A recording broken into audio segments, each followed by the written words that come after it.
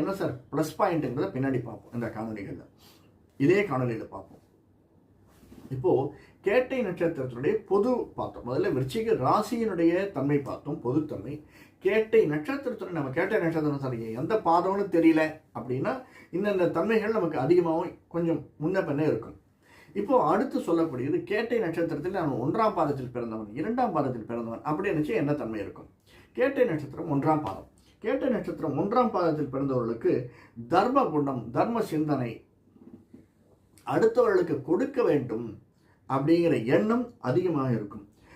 அதே சமயத்தில் தைரியமும் அதிகமாக இருக்கும் அப்படின்னு சொல்கிறாங்க. 1ஆம் பாதத்தில் பிறந்தவர்களுக்கு தைரியம் அதிகமாக இருக்கும்.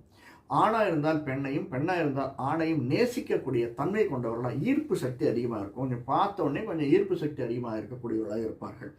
எழுதுவதில் சுபாவம் உள்ளவர்கள், பேச்சை விட எதாக இருந்தாலும் ஒரு நிமிஷம் இதான் நான் சொன்னேன் கரெக்டாக பாரு அப்படின்னு எழுதி காட்டக்கூடியவர்கள் அப்படின்னு சொல்கிறாங்க. இவர்களுக்கு கலைனா ரொம்ப பிடிக்கும் சார். எந்த கலையாக இருந்தாலும் இயல், இசை, நாடகம், அந்த கலை. சப்போஸ் அந்த கலையில் இவங்க இல்லை, நான் சின்ன திரையிலோ பெரிய திரையிலோ இல்லை அப்படின்னா கூட அவங்களுடைய கேஜெட்டில் வச்சுன்னு பார்த்தீங்கன்னா அந்த ரிலேட்டடாக இருக்கக்கூடியதை பார்த்து ரசிக்கக்கூடியவர்களாக அவர்கள் இருப்பார்கள் அப்படின்னு சொல்கிறாங்க. 1ஆம் பாதத்தில் பிறந்தவர்களுக்கு இந்தந்த மாதிரி தன்மைகள் இருக்கும் அப்படின்னு.